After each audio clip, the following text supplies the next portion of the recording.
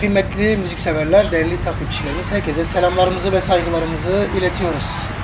Hepiniz bildiği üzere Şerif Kayran Prodüksiyon YouTube sayfası üzerinden söyleşi programları çekiyoruz.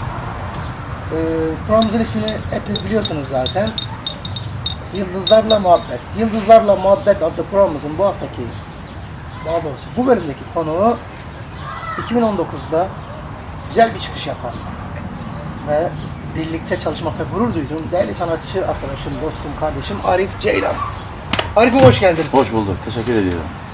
Nasıl gidiyor Arif'im? Çalışmaların? Vallahi yoğun bir şekilde gidiyor, güzel gidiyor. 2019'da Bana Kara Diyen Dilber, Bu Aşkta Zararım Var adlı güzel bir albüm yaptık. Evet. Güzel, içimize sine sine repertuarımızı da güzel bir şekilde seçtik. Altyapısı da olağanüstü. İlk klibimiz Bana Kara Diyen Dilber. Evet. O klibi de gittik. Ta memleketimiz Harran'da çektik. Helal olsun. Bu arada Haranlısın.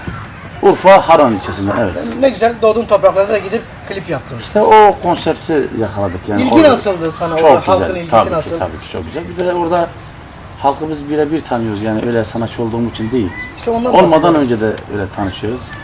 Hepsi dostlarımız, akrabalarımız, arkadaşlarımız, yani iç içeyiz.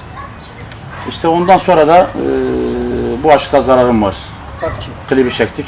Bu da dünyanın diyebilirim her yerinden Instagram'dan hikayelerini paylaşıp bana gönderiyorlar. Ya çok güzel. Yemin ederim şok oluyorum. Şimdi bir sanatçının şuna benziyor, yani bir ekiyorsun ya. Evet. Ektiğini bir şekilde bittiğini görüyorsun. Ha, demek güzel bir şey ekmişsin. Yani demek ki güzel bir şeyler yapılınca insanlar benimsiyor. Yani Kesinlikle. güzel şeyler olunca kalite yapmak lazım. Güzel şey yapmak lazım. Doğru şey yapmak lazım. Doğru. Önemli olan o. Bir de Allah verir ki senin çok güzel bir sesin var. Eyvallah, sağ olun. Allah Yani işte icra etmeye çalışıyoruz. Güzel bir lezzet vermiş Rabbim Eyvallah. sana. Mesela birçok sanatçı arkadaşlarımız var, tenör bu. Özellikle yani tenör derken de deli canlar. Şimdi böyle bağıran sesler mesela İbrahim abi gibi işte, Evet. örnek verebilirim, Burhan Çaçan gibi, işte Masum Kırmızıgül gibi, Özcan Deniz gibi, hani hep yukarıda duyduğumuz, yukarıda Evet, tanıyan evet, evet, seslerden tenor. lezzetli dediğimiz, yani bağırdığı zaman seni rahatsız etme, bağırmasını istediğin sanatçılar evet, aslında. evet, evet. Arif Ceylan da bunlardan bir tanesi. Eyvallah. Ben ayrıca Teşekkür kardeşimle ederim. de çalışmaktan gerçekten gurur duydum ve onur duydum. Güzel Ben bir de çalışma onur duydum. oldu. Kimle çalıştık? Kenan İlgen hocamla çalıştık son Büyük usta. albümümüzde. Büyük bir usta. Hakikaten Kenan hocam sanatçının psikolojisinden iyi anlayan Evet.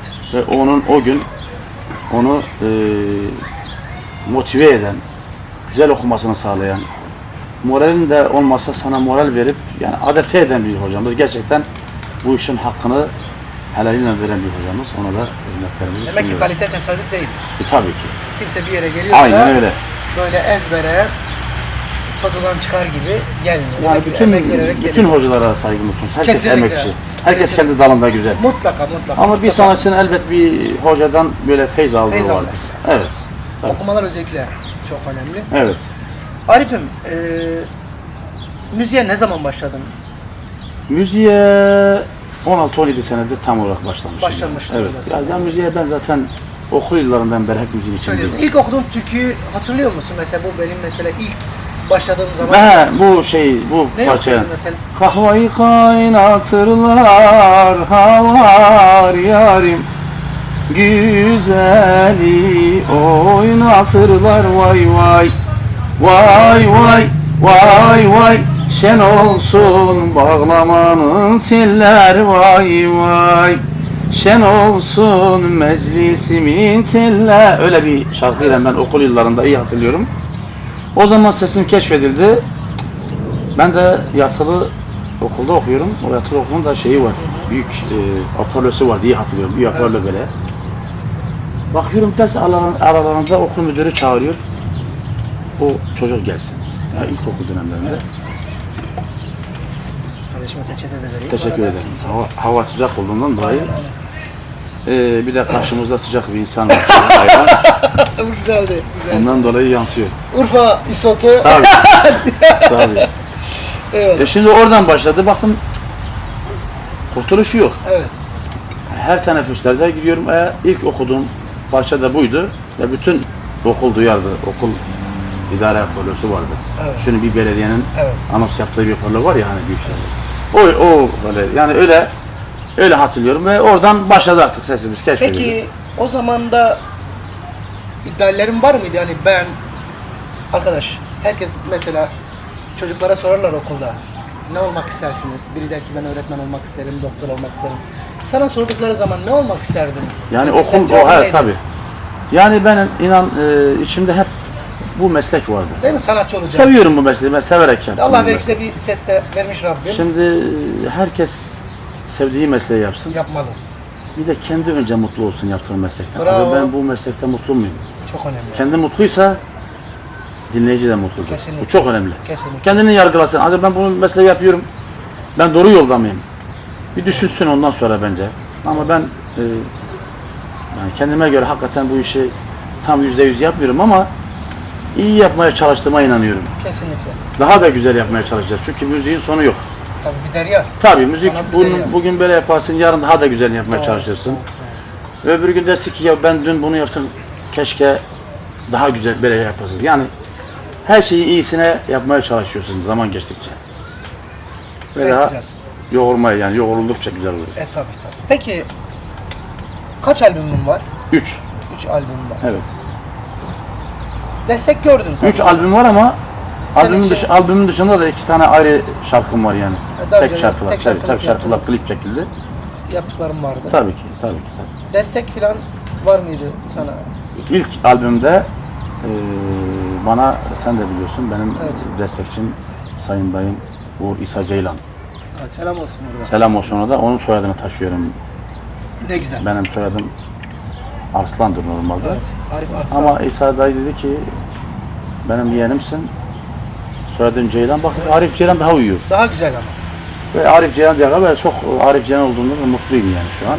Ona da selam olsun Uğur İsa Ceylan dayıma da hürmetler olsun ellerinden öpüyorum. İlk albümü o yaptı. Evet. Anla ki sen benim aşkımsın diye. O da güzel bir O da şarkımızdı. güzel şarkıydı. Evet güzel. Çok güzel Biliyorum, hatırlıyorum şarkıyı. kitlere ulaştı, Evet. dinlenildi. Tabi aradan birkaç sene geçti, 7-8 sene geçti. İkinci albümü yaptım, Of Allah'ım Of. Evet, o da güzel. Ondan da gene bir 6-7 sene geçti. En son Bu açta zararım var. şey yaptık ondan sonra. Senden bir cacık olmaz diye bir eser. O da ben he. Esprili yani. Yani he, biraz can Makara sıkıntısından falan. ama güzeldi yani seviliyor ben mesela sahnede hep onu istiyorlar. Bu şarkı yok. Güzel bir şarkı. Ona da klip çektik. Sonra Çoban Ali'den bir eser aldık. Urfa yıkılsın diye. Ona da gittik Urfa'da klip çektik.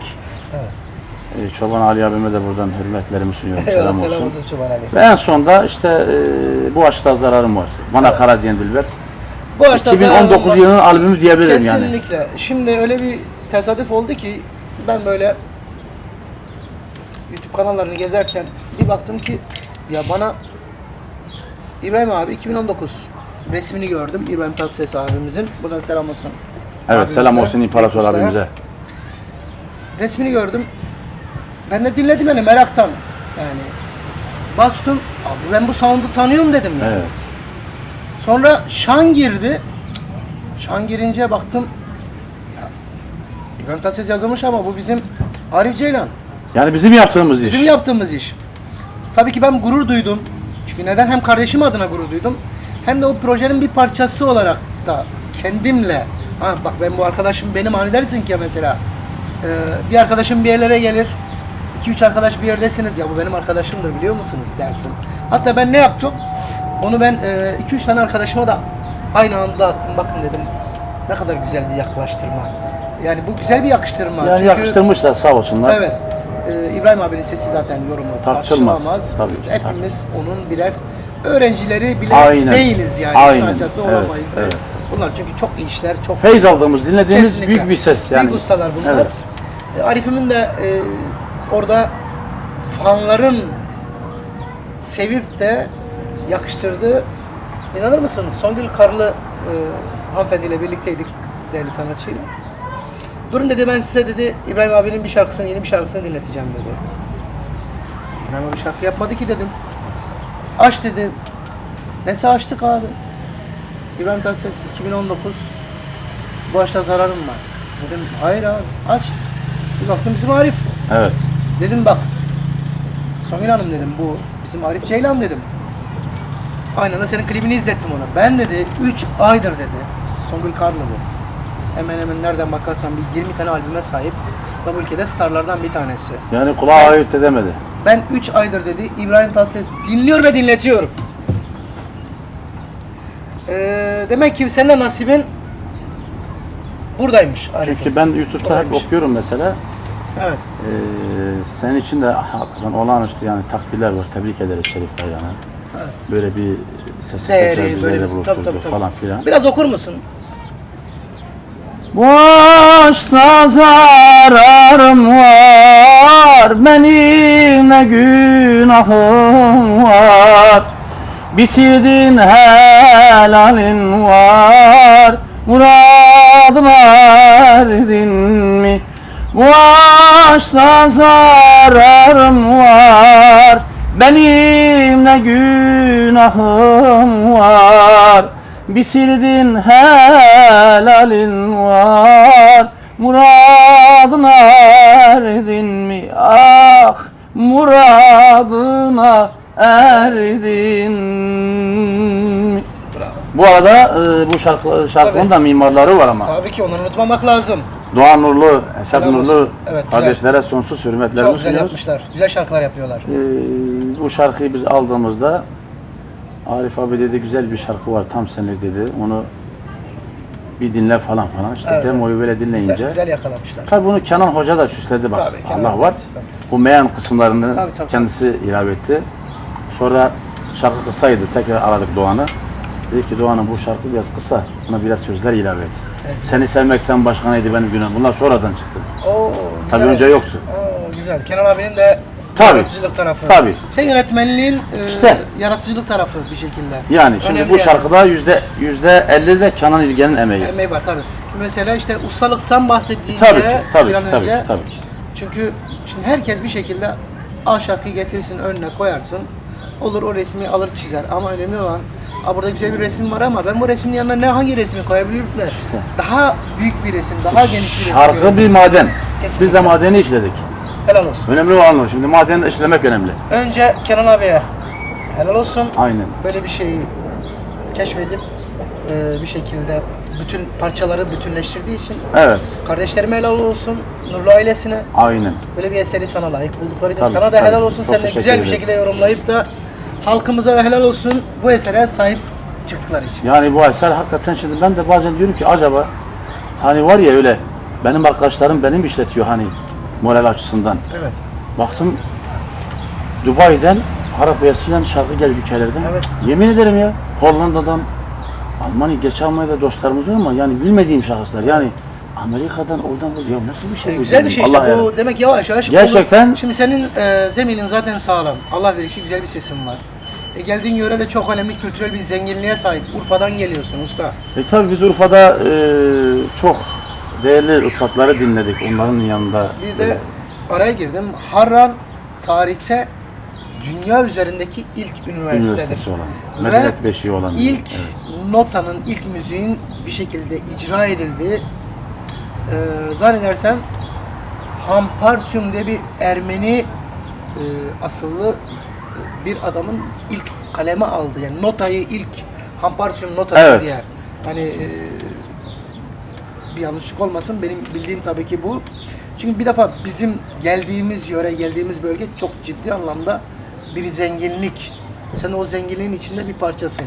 Ya işte ne mutlu bize de öyle bir memleketin evladıyız. Bütün memleketler bizim. İbrahim abiye gittin mi? İbrahim abi tabii ki her gittiğimde uğruyorum. İbrahim abi benim... Kaseti hediye ettin mi ona? Tabii hediye ettim ve Dedin dinliyor, mi? dinliyor bak. Değil mi? Tabii.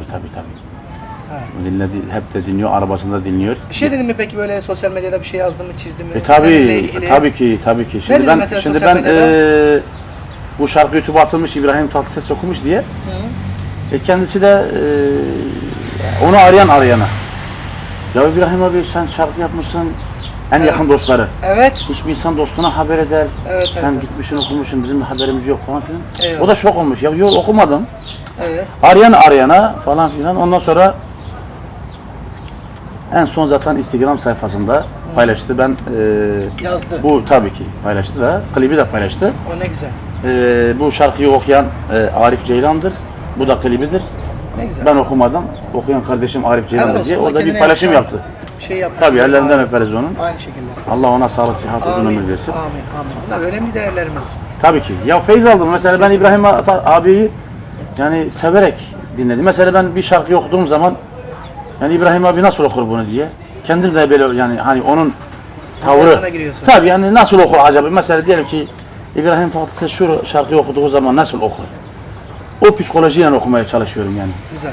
Hep onu dinledim ben. Yani küçüklüğümden beri onu dinlemişim. Peki gençlere tavsiyen nedir mesela? Ya Mesela gençlere örnek tavsiyemiz, veriyorum, gençlere Arif Ceylan olmak tavsiyemiz. isteyen arkadaşlarımız vardır mutlaka. Şu anda 10'lu yaşlar, 15'li yaşlar senin gibi mesela attığın bir tane türküyü çocukken ezberleyip ben müzik yapacağım, ben sanatçı olacağım diyen genç kardeşlerimize tavsiyelerin nelerdir? Gençlere önce tavsiyemiz bir hayatın zorlukları, hayat bir dersi olsun. Hayat dersi olsun. Hayat dersi almadan olmaz bu işler. Bu işler zor, meşakkatli işler.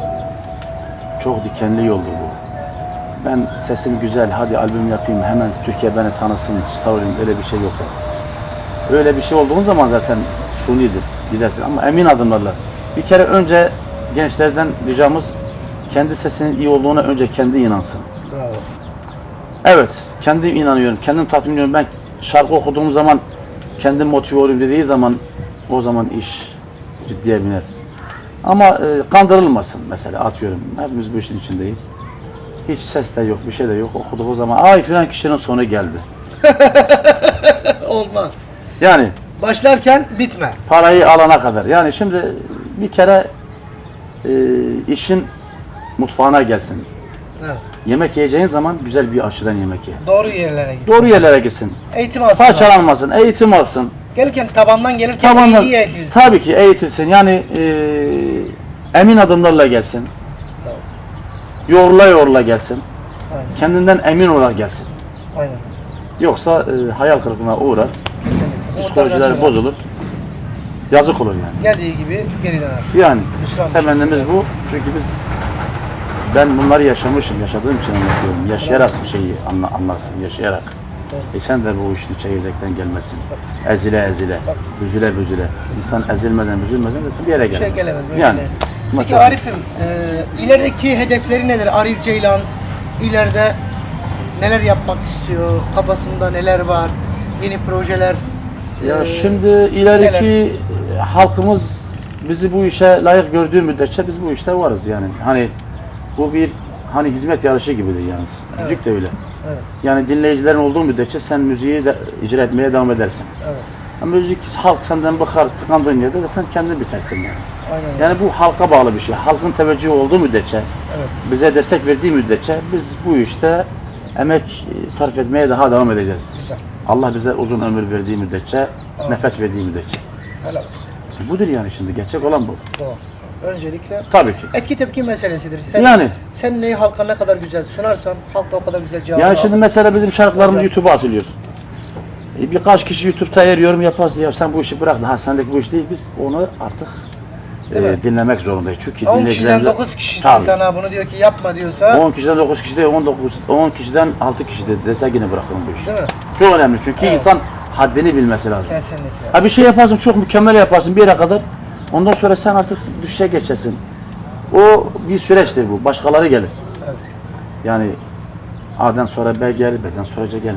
A'dan Z'ye kadar harfler bu. Doğru. Onun için dediğim gibi halkın sadece bana değil bütün sanatçı arkadaşlara destek verdiği müddetçe bütün sanatçı arkadaşlar bu işi yapmaya gayret edeceklerdir. Çünkü bu dışarıdan göründüğü gibi iş değil hakikaten yani zor bir iş. Hep maddi hem manevi. Rabbim onlara bir defa her şeyden önce iyi bir şans versin. Amin, amin, amin. İyi bir nasip amin, versin. amin, amin. Fakat nereye gittiklerini bir bilsinler. Hani ben kapasitemle kapasitelerini bir çözsünler. Öğrensinler, onu idrak etsinler ve iyi eğitilsinler. Benim de tavsiyem o. İyi eğitim. Her şeyden önce. Gerek sosyal, gerek kültürel, gerekse yaptığı mesleki eğitimle ilgili. Eğitim de önemli. Eğitimle çok önemli ve her şeyin temelinde bir şekilde eğitim var. Ari Ceylan'ın uzun havaları meşhur. Bu arada sosyal medya yıkılıyor. Herkes paylaşana. Bir uzun havada biz dinlemek istiyoruz baba be. Ama şu an ortam öyle uzun hava. Ben sana bir şey söyleyeyim mi? Burada okursa var ya adalarda ses gelir. Bak derler ki o bizim Arif okuyor. Ama gündüz müzik yasak olduğu için Yok. mekanlara ceza kesilmesin. Yok sıkıntı olmaz babam. Ceza kesilmez. Şimdi Şey vardı Arif'im sizin orada da var mıydı? Mesela köyde okurlardı. Evet. Mesela bizim orada mesela denkbeşki derler. Le le e diye başlar. he. Karşı köyden derler ki ya bu filan kesin filan denkbeşin sesidir. İşte Sizde hiç böyle oldu mu mesela? Sen okudun mesela bu filan yerde dedim bu Arif'in sesidir. Hiç böyle bir deneme yaptın mı? Karşıyaköy'den gelince de şey diyor ya. He. Ya diyor de bekleyin daha niye erken geldiniz daha lolosu var. Hiç Arif'in böyle bir deneme yaptın mı? Tabii ki şimdi mesela Yani ben burada okursam öbür köyden ses gelir. Öyle bir şey yani yaptın buradan mı? okursam Evet, Karşıyaköy'e. Karşıyaköy'den ses geldi mi hiç? Karşıköy dedi bir ne var? Tabii. Ya hayırlı bu saatte. Bizi nereye hassetti kardeş? La baba saat 2 olmuş yatı. Yatı bırak baba yatağın. Baba Bir yatma. tane okuyalım bize hadi. Oralara bir git bakayım hele bir harana git. Ne okuyayım mesela? Bir sürü uzun hava var. Çok. Yani. Yani Mesela. ne istiyorsun? O gün bir okudu güzel diyor. Instagram'da bir şey okumuş diyor, hoş diyor. Ha. Ah! Yar yolda Yar yolda Ben kalmışam Kardeş Yar yolda El alem El alem Geçim menzil aldı Hay hay hay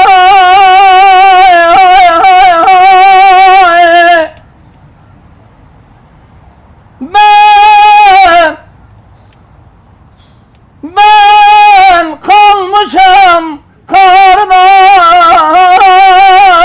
yar yolda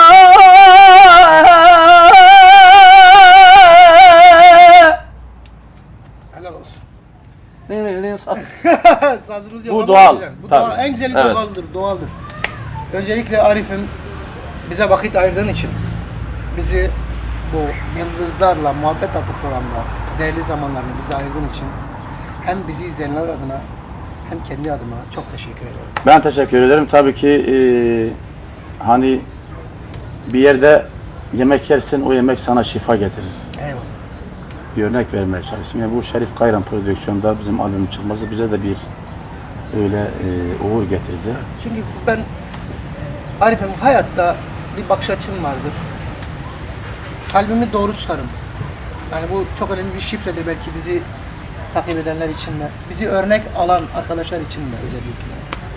Bir şey yaparken buramı doğru tutarım. Bana gelen arkadaşıma kalbimden ne geçiyorsa. Çünkü neden? Onun bir yere gelmesi için, olması için manevi elimden gelen ne varsa, tabii maddi de elim gücüm ne yetiyorsa onu yapmaya gayret ederim. Ama bir defa manevi olmayan hiçbir şey maddeyi doğurmaz. Tabii ki maneviyat da önemli. Tabii. En önemli kısım manevidir. Yani Evet. gönül birlikteliğidir. Diyor ki iki kişi, Rab diyor ki iki insan birbirinden razıysa üçüncüsü ben şahidim size diyor. Allah diyor ki birbirinize merhamet edin ki ben de size merhamet edeyim. Bitti. Rahman ve Rahim olan Evet. Rabbimin ismi. O yüzden kardeşimin başarısı daim olsun. Ben eminim ki Arif Ceylan uzun yıllar yaşarsak Rabbim ömür verirse bize sağlıklı Amin, bir ömür amin, her şeyden amin, önce. amin. Göreceğiz. Arif Ceylan'ı daha çok güzel eserleriyle ülkemizin insanları doyacak, dinleyecek, alkışlamaya devam edecek. Tekrar çok teşekkür ederim. Ben teşekkür ediyorum. Başta dediğimiz gibi şu an buradan bizi izleyen bütün müzik severlere herkese sonsuz hürmetlerimizi, saygılarımızı, sevgilerimizi iletiyoruz. Herkese Bir dahaki- Allah'a emanet ediyoruz. Tekrar teşekkür ediyorum. Bir dahaki programda görüşmek üzere. Sevgiyle kalın. ve bizde kalın.